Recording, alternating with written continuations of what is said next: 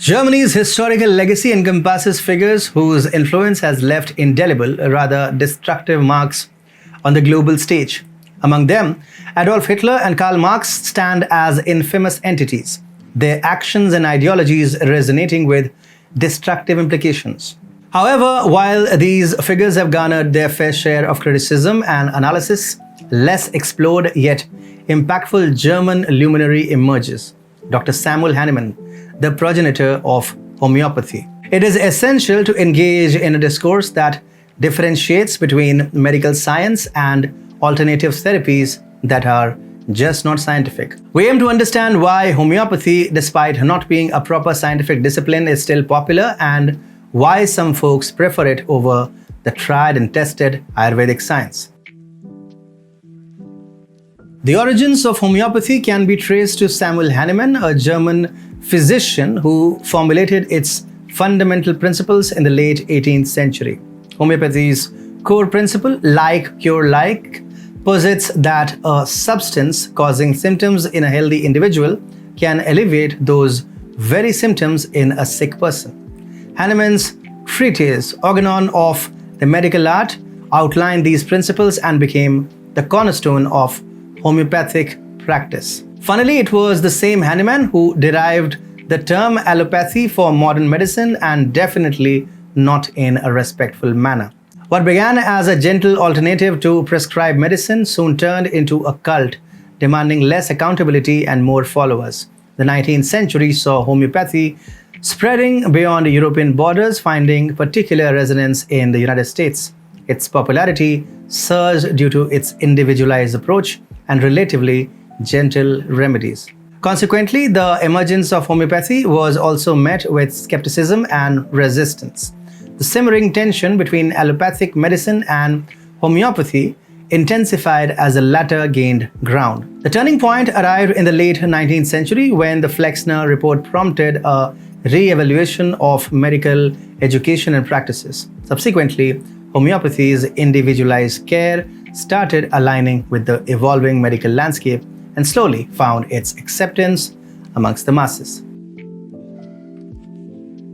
Homeopathy cemented its roots in India during the early 19th century when Dr. John Martin Honigberger, a pupil of Dr. Hahnemann, embarked on a visit to the country. Among his reputed patients was Maharaja Ranjit Singh, though there are few evidences to back up this claim.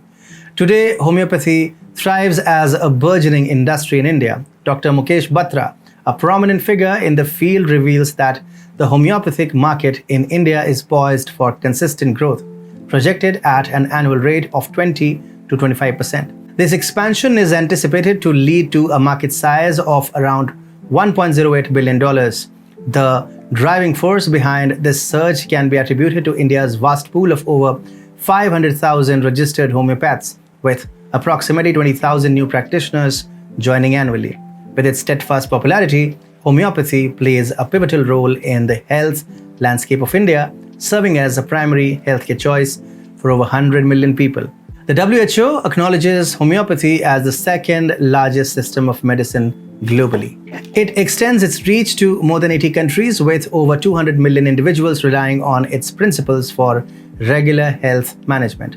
According to Dr. Batra, the global homeopathy product market has exhibited gradual yet substantial growth in recent years. Notably, this trend is projected to intensify from 2022 to 2027, with estimations suggesting an increase from $854.4 million to $1,377.9 million. With a robust growth rate and a substantial number of practitioners, the field stands at the forefront of health care choices for millions in India and globally. It is evident that substantial funding has been allocated for purported research and development in the field of homeopathy. Notably, in the year 2017, the Indian Institute of Engineering, Science and Technology, IIEST, located in Shibpur, Assam, received a noteworthy sum of 11 crore rupees from the center. This financial support was granted as a part of the Ayush project, which seeks to advance medical research specifically in homeopathy. Nonetheless, a series of unanswered queries looms over homeopathy, particularly concerning its fundamental principles. Despite substantial financial allocations for homeopathy research and testing, certain crucial aspects remain opaque. Why are there so few research papers for this so-called alternative to allopathic treatment? Moreover, the nature and focus of the ongoing research efforts within these laboratories raise curiosity and, more than that, questions that are yet to be answered. Have you ever thought about the actual effectiveness of homeopathy? Delving into its principles and practices reveals a multifaceted perspective on its efficacy. At the core of homeopathy lies the principle of like cures like. This doctrine suggests that remedies employing substances causing symptoms similar to those being treated can lead to healing. Additionally, homeopathy employs the method of potentization. This technique hinges on the belief that diluting and agitating substances enhances their healing properties. To create a homeopathic remedy, an ingredient is dissolved in alcohol or distilled water, the fundamental solvent for these medicines. 1 part of this mixture is combined with 9 parts water, ultimately diluting it to a 1x potency, denoting 1 part ingredient and 9 parts solvent. The crux of homeopathic remedies rests on extreme dilution, often resulting in almost non-existent concentration of active components.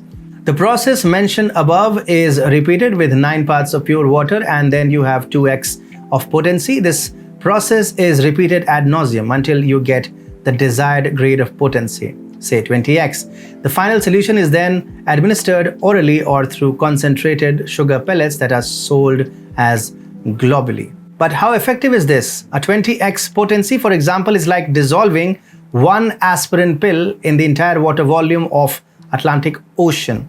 We are not talking about a liter or two, but billions of billions of billions of billions of billions of billions of billions of billions liters of water. But for the extreme ones, like the 30C mixture has 1 part ingredient and literally 99 parts of water, and the proportionate would be almost infinite. Suppose we took a globally pill with even 1 atom of the original ingredient, then its diameter would almost be the distance between the Earth and the Sun. A pill so massive that it would buckle under its own weight, creating a black hole as a residue. Thus, the assertion that no side effects arise from homeopathy stems from the absence of effects altogether. It underscores the notion that homeopathy's efficacy as a medical solution remains contentious at best. The driving force behind the so-called success of homeopathy can be attributed primarily to the potent influence of the placebo effect. This effect manifests when individuals perceive improvements in their health status following the administration of a treatment devoid of genuine therapeutic attributes. Essentially, placebo treatment provides a sense of healing wherein the body's inherent defense mechanisms play a substantial role, rather than the efficacy of the prescribed benign pill. The one thing modern medicine can definitely learn from homeopathy is that to treat patients as individuals, not just mere numbers.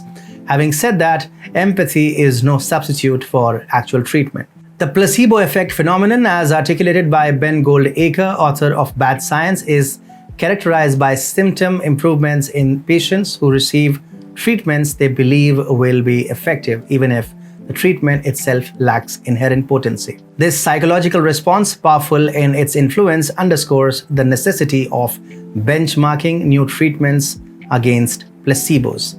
Double-blind randomized controlled trials, or RCTs, hailed by Goldacre, serve as gold standard safeguarding results from biases by withholding information on active treatment or placebo administration from both patients and doctors. Now the query arises, why not compare new treatments to no treatment at all? Goldacre contends that without placebos accounting for disease progression, spontaneous recovery, and the placebo effect becomes complex. Placebo serves as vital control that isolates the impact of the actual treatment. Notably, the placebo effect transcends mere pill administration, encompassing procedures, therapies, and even treatment environments. Acknowledging and factoring in this facet holds paramount importance in medical science. In fact, this disparity is evident in the testing protocols of allopathic medicines, where dual tests are conducted, one with the inclusion of the placebo effect and other without it. Conversely, in homeopathy, such rigorous experimentation is conspicuously absent.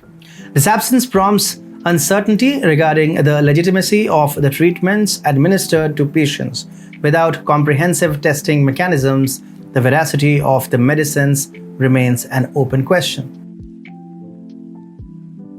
One compelling factor in this discourse is the notable absence of a rigorous regulatory framework for homeopathy. Within this context, homeopathic practitioners seemingly operate with a striking absence of accountability. This stands in stark contrast to other medical disciplines where regulatory bodies exist to oversee practitioners' conduct. While the Indian Medical Association oversees allopathy in India, homeopathy remains devoid of such comprehensive regulatory mechanisms. This incongruence prompts reflection on the lack of an analogous oversight body for the practice of homeopathy and its practitioners. The absence of regulatory measures casts a shadow over the legitimacy of the field and raises questions about the integrity of its claims.